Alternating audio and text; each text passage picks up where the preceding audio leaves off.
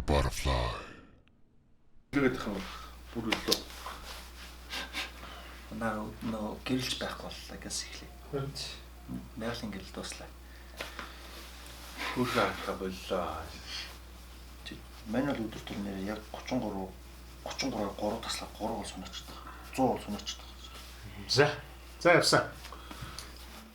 Сайн байцгаана залуучуудаа. Тэгээд яг энэ өдрийн яг энэ мэтлэгийг үзэж байгаа энэ өдрийн мөчийн цагийн мэндийг та бүхэндээ хүргэе. Тэгээд өнөөдөр Butterfly podcast төслийн маань хамгийн ихний дугаар та бүхэнд хүрэхэд бэлэн болж байна. Алга таш. За тэгээд хоёлаа өөрсдөө танилцуулж эхлэе. За тэгээ. За намайг Алтан Сэлмэн оюун болор гэдэг одоо Урдэнүрт амьдарч ажил хийж амьдардаг байгаа. За тэгээд яг мэдээж Баатар Дэнэрт амьдарч байгаа юм чинь би бас Дэнэрт амьдарч байсан. Тэгээд намайг Бадмаа Самбуу гэдэг Самбуу гэж дууддаг. Тэгээд Америкт байдаг найз нөхөд болон хамт ажилладаг хүмүүс маань Жош гэж дууддаг байгаа. За тэгээд одоо бид нэр өнөөдрөөс эхлээд энэ подкастыг эхлүүлсэн байна. Одоо 2020 онд амьдарч байгаа одоо Монгол залуустайгаа үзэл бодол болон өөрсдийн санаа бодлоо хуваалцах энэ хүү подкастыг эхлүүлж байна. Ингээд залуучуудаа ингээд өөрсдийн бодол хүслээ ингээд манайстайгаа сайхан хуваалцаад яваарай. Тэгээд эхний дугаар болохоор яг мэдээж айгүйх дутагдaltaй зүйл байгаа. Одоо бичлэг хийсний дараа ч гэсэн өөрсдөө үзсэн гэсэн дутагдaltaй зүйл байгаа. Гэхдээ явцын дунд энэ болгоныг бид нар засаад илүү сайжруулад явах болно. Тэгээд ингээд бидэрээ Тий, бид хоёр бол өөр мэрэгчлээ хүмүүстэй мэрэгжлийн сэтгүүлч биш учраас үгийн сонголт болон ярьж байгаа техникүүд алдаатай зүйл байж болно. Тийм болохоор нэвтрүүлгээс нэвтрүүлэгт бид нэр одоо тэрийг сайжруулад, чанаржуулаад явна. Тийм болохоор та бүхэн маань авах гэх ухаанаар хандаарай. За тэгээд хамгийн гол нь яг энэ нэвтрүүлгээс энэ нэвтрүүлгийг үзээд та ямарваа нэгэн зүйлийг ойлгоод сурч мэдэж авах юм бол яг энэ нэвтрүүлгийн зорилго маань тийм л оршиж байгаа шүү. Тэгээд аль болох залуучуудаа хэрэгтэй мэдээлэл хүргэн ямар нэгэн ховж уус төрчихгүй зүгээр яг залуу хүний мөрөөдөл болон залуу яг Америкт байгаа залуучууд маань яаж амьдарч байгаа тийм ээ. Тэгээд яг энэ хүсэл мөрөөдлийн төлөө зөвхөн Монгол залуучууд гэхгүй бус орны залуучууд, бус Америк залуучууд маань яаж тэмцэж байгаа, амьдралын хэв маяг нь тэдний яг энэ хобби, зуршил, чөлөө цагаар юу гэх бас яг энэ Америкт амьдрах tips буюу одоо Америкт амьдрах одоо cheat code одоо яаж Америкт болон Америк гэлтгүй зөвхөн бусад улс орнуудад бие дааж хуваараа яаж амьдрах вэ? Яг тиймэрхүү одоо бид нар яг энэ багахан хэмжээний зөвлөмжийг өөрсдийнхөө зүгээс өөрсдийнхөө хэлсэн багахан хэмжээний туршлагаас хуваалцах болно. Тэгээд эхний дугаар маань гадаадад амьдрах одоо гадаадад сурах нөгөө талаараа гадаадад та бие дааж амьдрахад бэлэн үү гэдэг асуултаар хэлье гэж бодож байна тийм. Тэгээ бэлэн үү тэгээд миний хувьд бол яг Америкт анх ирэхэд ямар ч англи байгаагүй тэгээд яг англи хэлгүй яг энэ англи ярьдаг хүмүүс донд ороод ирэхээр шал өөр юм лээ. Тэгээд яг энэ талаар юу боддог залуучууд юу тодорхой хэмжээний хэлний төвшөнд юу бэлтгэх хэрэгтэй гэдэг айгуу сайн чухал хэлмээр байна. Тэгээ миний хувьд бол яг бүх англи хэл бол яг практикээр явсан. Тэгтээ яг одоо бол харилцааны төвшин хангалттай очсон байгаа. Тэгтээ ер нь бол яг Америкт ирээд биш ер нь сурж л байгаа. Тэ сурж байгаа яагаад зүгээр тийшүү сурч л байгаа. Яг мэдээж нөгөө боловсрал оргил байдгүй гэдэг шиг мэдээж бидний хэн нэгнийхэн англи хэл төгс биш. Тэгээд зүгээр яг жил явагдсан, цаг явагдсан мэдээж англи хэлнийхээ төвшин бол ахиулж байгаа нь тодорхой. Бас нэгтгэн нэмж байгаа. Тэгэхээр яг зөв би яг энэ дээр Баатар дээр юу гэж нэмж хэлмээр байна вэ гэхээр хамгийн ихний зүйл бол одоо гадаадд амьдрах 101 class бол англи хэл. Магадгүй яг англи хэл нь эхний хэл буюу first language нь англи хэлтэй орнууд жишээ нь Америк, Австрали, тэгээд UK, Британи гэх мэт шиг англи хэлтэй орнууд бол мэдээж хэл. Зөвхөн англи хэл гэхгүй хэрвээ та Унгарт, эсвэл Франц, Итали очиж амьдрах байгаа бол мэдээж яг тухайн орныхын хэлний зохих төвшнийг мэдлэгтэй байх нь хэрэгтэй. Энэ тийм болохоор хамгийн ихний зүйл бол сэтгэл юм аа тийм ээ. Тийм тэгээд адаглаад энэ улсад ирлээхэд чамд бол хамгийн ихний хэрэгцээнд бол одоо санхүүгээ юм хянах. Одоо чамд банк орох хэрэг болно. Тэгээд өөрийн гэсэн асуудлыг ер нь тодорхой хэмжээнд англи хэлний түвшинд банкн дээр очиод яриад ойлгох хэмжээнд байх шаардлагатай байвал чиний амьдрал болон чиний хөгжилд илүү хурцтай байна. Яг зөв яг энэ дээр нэмээд хэлэхэд энэ сэдвийг дахиад ярина. Яг энэ болохоор одоо ямар ч тааш бүгдээрээ яг их орондоо байна. Тэгэхэд их орноос арай нисчээг байна заа одоо байж.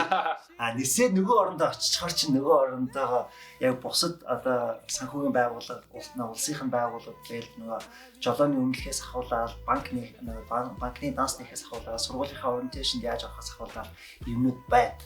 Гэхдээ эхний жил бол хэл дараагийнх нь юу вэ гэхээр сэтгэл санааны бэлтгэл гэдэг зүйлийг та бэлтгэх хэрэгтэй. Тэгээд Баатаргийн түрүүний хүндсэн сэдвүүд бид нэр орно. Гэхдээ арай болоо байна.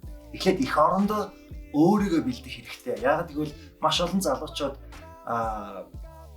ихэнх залуучууд маань мундаг байгаа. Гэхдээ бас зарим тооны залуучууд маань аливаа зүйл сэтгэлээрээ хандснараа энд ирээ шантрах, хүсэл мөрөөдлөөсөө буцах тий.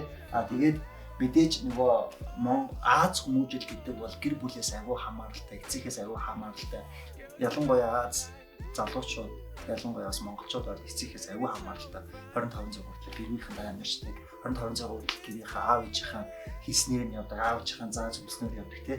Аягүй юм хамааралтай хүмүүс болохоор өнгөрөө бэ юу ч нэг та хийгээ гадаад очичхороо зөвхөн та өөрөө ойлгох.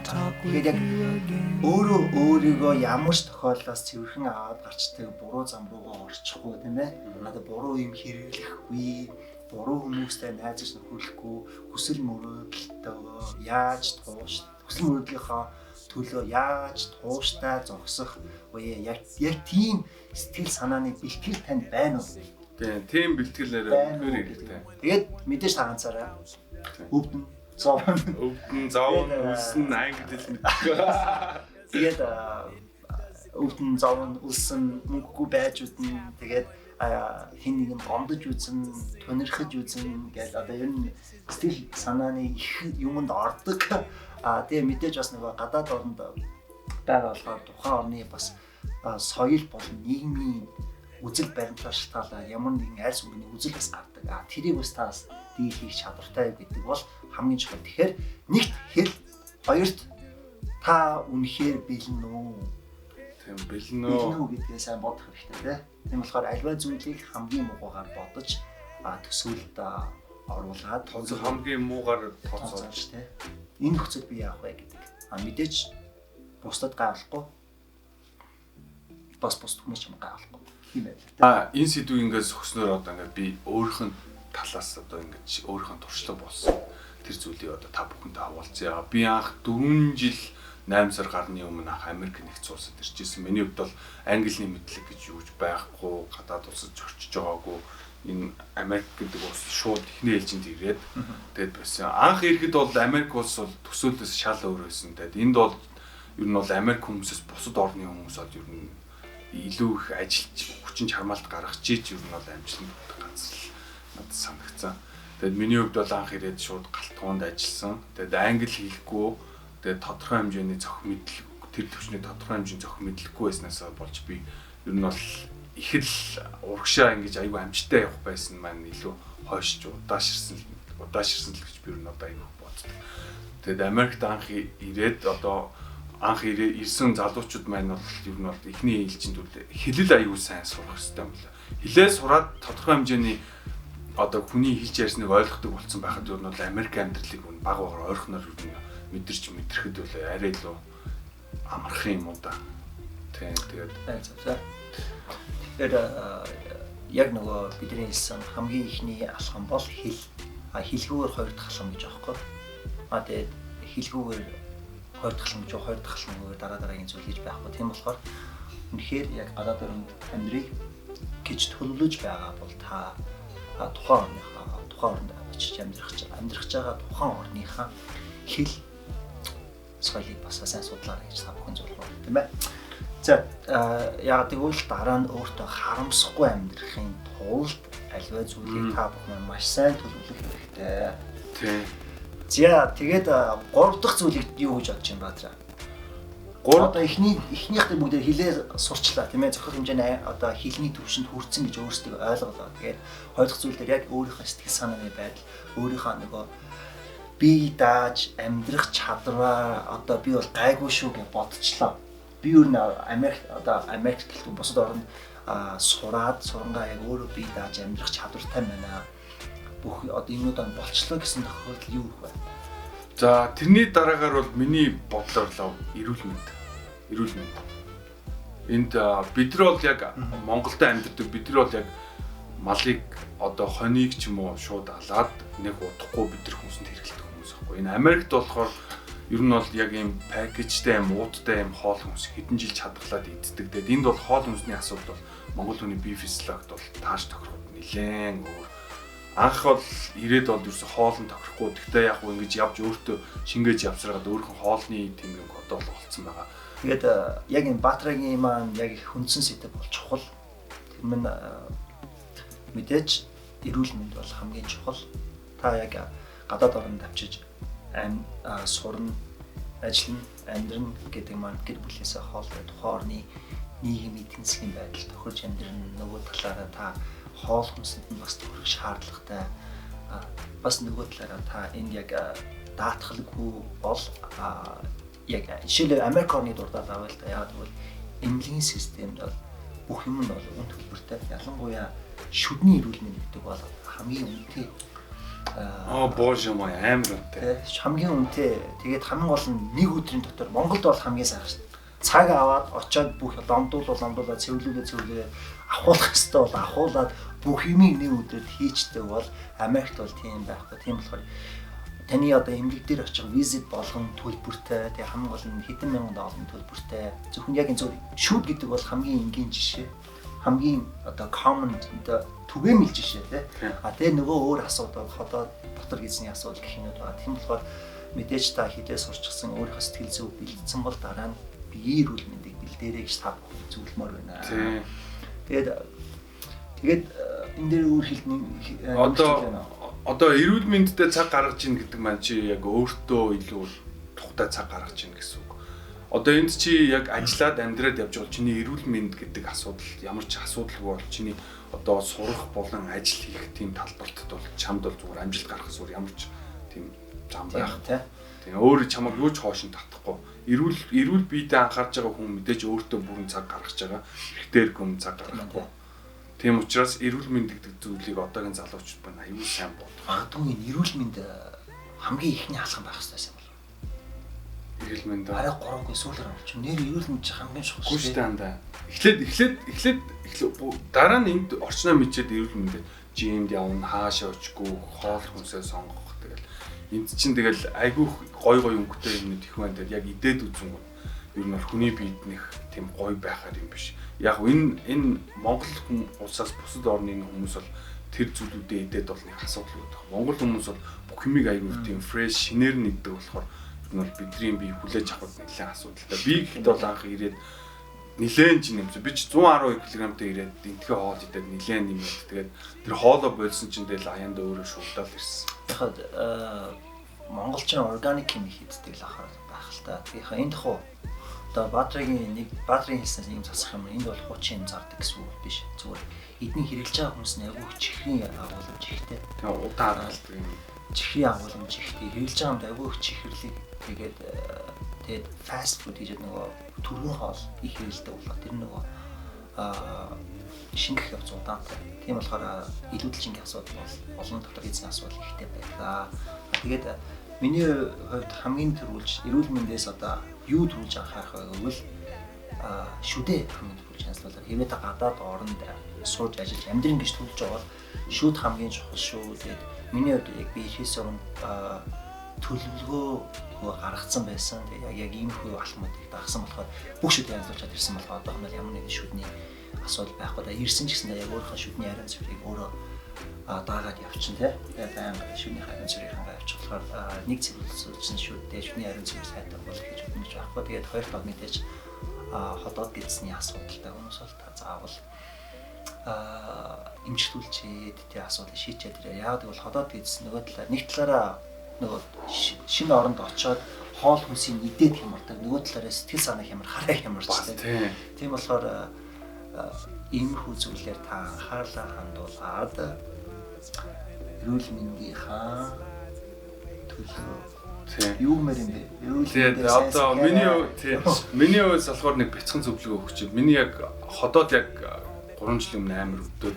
Тэгээд үнэхээр бурууч хоолдог байсан. Тэгээд тэр үед нэг би нэг чицхны нэг их надад зөвлөө чицхны дос өглөө өвлөөлгөн дээр нэг халбарыг уугаад тэгээд хоолтой айгу зүг хянаад зүг хоолдоод эхлэх юм бол тэрнээс хойш тэгээд миний ходоод 2 сар өдөр шөнөгүй цаг тутамд хатгаж өгдөө тэгээд яг тэр аргыг хэрэглээд юу нь бол одоогийн яг зүгээр эрүүл ходоод болсон. Хамгийн гол нь буруу хооллох хэмжээгээр идэх өөх дос их хэмжээгээр хэрэглэх их эзэн бол тэр хоолыг дараа нь шатаах хэмжээнд тасгал сургалт хийхгүй яг тийм хөдөлгөөн хийдэг хүмүүс яг тийм байдалтай байх бол ер нь өвчний өөр орхол болох юм байна. Би бол яг өмнө яг өөрөө тийм байсан болохоор ер нь бол яг одоо л зүглээд одоо л бүх юм эрүүл сайхан байна. Ер нь бол эрүүл байхад идэж уух ер нь тэр юм аяг өгч чухал. Хоолны дэглэм чухал гэж. Тийм хоолны дэглэм. За одоо дөрөв дэх асуудал бол би нэг асуудал оруулж ирээ гэж байна. Одоо хувь хүний одоо цагийн хуваар бол өөрийн цагийн хуваар гэж хэлэх үү? Discretion time management. Тийм time management гэдэг зүйл одоо яг манай залуучуудад илүү хэрэгтэй байна. Тэр нь маань болохоор яг наа чи ёстой гоё юм шүү те. Time management гэдэг Америкт ирчээд хүмүүс time management гэдэг зүйлийг өрсөө ер нь ажил хийгээд мөнгө олж байгаа ч гэсэн чиний таригдлогоо чинь ямар нэг юм олборлохгүй бол тэгэл ер нь бол хэцүү шттэ. Тэгэл залуу хүн мэдээж байнгын өөрөө хөгжиж боловсрч юу хэрэгтэй одоогийн залуучууд юу сурах хэвтэй яг өөрийнхөө одоо хувь хүн дээр одоо миний үзэл бодол миний бие хаа одоо миний одоо юу гэмдэ personality дээр тааруулж ингэж өөрийнхөө schedule-ийг ингэж аюул сайн гаргана. Time management гэдэг зүйлийг яг одоо залуучууд маань яг өөрсдөө оруулаад өөрсдөө суулгаад яг тийм зүйлийг яг өөрсдөө бий болгох хэрэгтэй. Америкт бол яг time management гэдэг зүйл байхгүй бол чи хэдий хоолыг мөрөөдөөд хэдий хоолыг хүсээд хэдий олныг мөрөөдсөн ч гэсэн юу ч шамд ирэхгүй. Чи зүгээр яг өдрийнхээ time management-ийг л яг сайн хийх хэрэгтэй. Чи өглөө асуу босох хэрэгтэй. Өдөр яг хоол идэх хэрэгтэй бол яг тэр цагтаа идэх нь өөр юу хийх хэрэгтэй. Яг тэр бүх болгоныг цаг цагт нь хийж яг тэр менежмент чинь чамд илүү үр дүнтэй байна. Тэрнээс яг time management хийж ийгээд яг маргааш нөгөө өдөр магадгүй сарын дараа магадгүй 2 сарын дараа зүйлийг төлөвлөх хэрэггүй. Time management гэдэг бол яг одоо эхэлж байгаа. Яг өнөөдрийн амьдрал чинь яг хэд хэдэн минутаар юу хийх ёстой. Тэр болгон ч л явна. Тэгэл ер нь бол яг энэ зүйлийг ер нь Америкт амьдарч байгаа Монгол залуучууд маань time management гэдэг зүйлийг яг тийм маргааш нөгөөдрийнх биш яг одоогоор ингээд эхлүүлэх юм бол энд бол Монгол залуучууд амжилтанд хүрэхэд үнэхээр амархан байна. Одоо бидний үеийн залуучууд Америкт одоо ингээд халаад явж байгаа залуучууд зөндөө биш сураад боловсроод юм болгоныг хийгээд амжилттай явж байгаа. Бид нар яагаад юугаар дутах хэрэгтэй гэж. Тийм учраас time management. За тэгээд яг зөвлөлтөө яг гоё сэдвийг оруулж ирлээ. Яг энэ дөрөв дэх алхам маань time management-тэй байх. Яг энийг болохоор та маргааш эхлэе дараа эхлэе гэж битгий хойшлуулаарай. Үнэхээр яг time management цаг төлөвлөлт болон цагаа барих тал дээр та хэвээ ямар нэгэн асуудалтай бол яг өнөөдрөөс эхлээрэй. Яг гэвэл яг энэ зүйл маань хүчээр сурдаг зүйл л дээ яг Америкт ирсэн хүн болгон. Гэхдээ тэрийг хүчээр сурах явцдаа айгүй олон боломжуудыг алддаг, айгүй олон ийм гой одоо шүүрээд авчмаар гой боломжуудыг алдаг. Тэгээ нөгөө талаараа time management гэдэг зүйл яг Америк залуучууд болон Америк бизнес, Америкийн нийгэмд бол хамгийн том зүйлүүдийн нэг байгаа. Тийм болохоор та бүхэн маань бүх зүйл цаг наартай, уулзал, цаг тоглолт бол бүх цаг наартай, яг цаг наартай хүн бол яг нэг кино нэг үнэтэй уулз тоглосон бол нэг 5-аас 10 минут юм очдог. Гэх мэтлээ. Нөгөө талаараа яг ийм айгүй завгүй амьдралын химнэлд орчхороо цаг төлөвлөлттэй байх хэрэгтэй хүн өөрөө сурдаг юм байна. Яг тэгвэл энэ байгаа залуучууд маань гадаад амьдарч байгаа ихэнх залуучууд маань айгүй ийм ачаалтай амьдралын нөхцөл үршилждэг сургууль, ажил, амьдрал гэх бүх юм оруулна. Сургуулийн бие даалт хичээл, сургуулийн группүүдийн уулзалт, тэгээд ажиллаа хийх ёстой. Нөгөө талаараа өөрийнхөө бас эрүүл мэнд гэдэг зүйлийг бас эрүүл мэнд гэдэг зүйлээ та бас авч явах хэрэгтэй. Бас нэг амьдрал маань байна те. Охтууд маань залуучууд нь хоорондоо үерхэн уулзсан цаг гаргана гэх мэтлэн. Тэгэхээр яг ийм олон зүйлүүдийг амжуулаад ирэхээр тэгээ бас нөгөө талаараа нөгөө амьдрал манаас нөгөө сургалтынхаа төлбөр, тэгээд байрны төлбөр, утасны төлбөр гэх мэтлэн нөгөө биелүүд гээд бүх юмнууд ингээд цаг нартай явдаг болохоор нөгөө талаараа цагийн менежменттэй, цаг төлөвлөлттэй байхыг шаарддаг байгаа. Тийм болохоор энэ дөрөв дэх алхам маань хамгийн сайн цагийн менежменттэй, сайн цагийн менежменттэй, сайн цаг төлөвлөлттэй байх хэрэгтэй. Тэгээ энэ цагийн менежмент бол яг бүх давхрын хүмүүс л байх хэрэгтэй зүйл. Магадгүй чи барилга барьдаг, магадгүй над чи хоол хийдэг, магадгүй одоо чам шиг санхүү тооцоо боддог бол яг бүгдээрээ л яг цагийн менежмент. Ажлын цаг бол ажлын цаг, гэр бүлийн цаг бол гэр бүлийн цаг, бусад ажлын цаг бол бусад ажлын цаг. Яг зөв. Тэгээ би яг зөвхөн гадаад амьдрах шаа залууч маань цаг төлөвлөлт менежменттэй байгаасаа гэж хэлмээргүй. Монголдоо ч гэсэн цаг төлөвлөлт сайтай менежменттэй, цагийн төлөвлөлт сайтай, цаг одоо ийм цагийн хуваартай байгаасаа гэж залуучуудаас уриалмаар байна. Яг тэгвэл энэ цагийн менежмент, цаг төлөвлөлт болон цагийн одоо ийм хуваартай байх нь өөрт чинь айгүй тийм амар бөгөөд нүг бас бусад хүмүүсийн амьдралыг бас амар болгож байгаа шүү гэдгийг та бүхэн манаас ойлгох хэрэгтэй. Тэгэл цагийн хуваартай байхад амьдрал арай илүү амар. Тэгээд ямар нэгэн амьдрал арай илүү амар болно. За ингээд бид хоёр ингээд одоо Америкийн нэгдсэн улсад ингээд суугаад 4-5 жил амьдарцгаас тэгээд өөрсдийнхөө үзэл бодол болон өөрсдийнхөө туршлагыг ингээд та бүхэнтэйгээ хуваалцлаа. Тэгээд бид хоёр бол яг хоёр өөр төвчний хүмүүс, хоёр өөр боловсралтай хүмүүс. Тэгээд хоёр өөр боловсралтай хүмүүс одоо яг өөрсдийнхөө үзэл бодол, өөрсдийнхөө өнцгөөс одоо ямар нэгэн тодорхой хэмжээний ойлгомжтой тайлбар хийх гэж хичээлээ. Тэгээд энэ бид хоёрын ярьсан сэдвүүдээс ярьсан сэдвүүдийг базаад хэлэх юм бол бид яг энэ подкастын маань эхний дугаарын сэдв маань та гадаадад сурч ажил амьдрахад бэлэн үү гэдэг сэдвийн хүрээнд ярилцлаа. Тэгээд энэ сэдвийн хүрээнд бид яг дөрвөн алхмын талаар ярьсан. Нэгт хэл тухайн орны очиж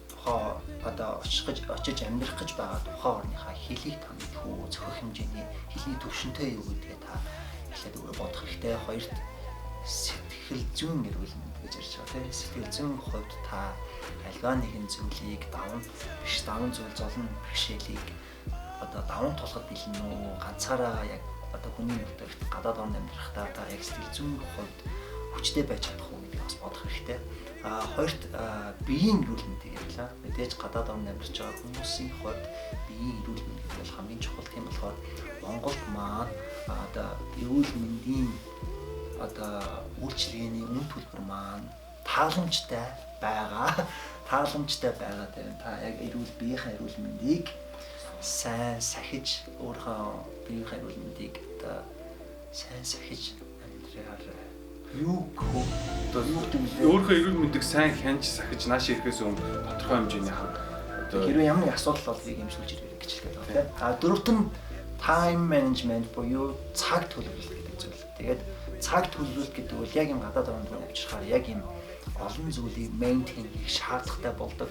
Яг түрүүний хэлсэнчлэн сургууль, ажил, тэгээд бие даалтууд, тэгэл амьдрал гээл бүх зүйлээрээ та ингээд өөрөө зохицуулна. Тийм болохоор time management хамгийн сайтай байх хэрэгтэй. Мэдээж тухайн орнд амьдарч байгаа одоо нийгмийн байдал чинь хүмүүсийн хоорондын харилцаа, хоорондоо хүртэл яг юм айгүй тийм өндөр түвшний time management-ийг сахидаг болохоор бие биенийхээ ажлыг илүү хөнгөвчлөдөг гэх юм болохоор та time management байгаад нөгөө талаараа ийм олон зүйлийг 24 цагийн дотор эсвэл 7 хоногийн дотор хамжуулахын тулд та юун цаг зарцуулах вэ, юун цаг зарцуулахгүй байх вэ гэдэг яг priority гаргах хэрэгтэй. Одоо ийм чухал зүйл, чухал биш зүйлүүд. Тийм болохоор нөгөө чухал зүйлдээ цагаар зарцуулаад ирэхээрээ чухал биш зүйлүүдэд хайж эхэлдэг. Жишээ нь муу зуршил тийм гих мэтлэн зүйлүүдээ эсвэл нөгөө цагийг чинь үрддэг ямар нэгэн өгөөж өгдөг хүмүүстэй уулзахаас хол байдаг ч юм. Гих мэтлэн ийм зүйлүүдээс холдоод ирдэг болохоор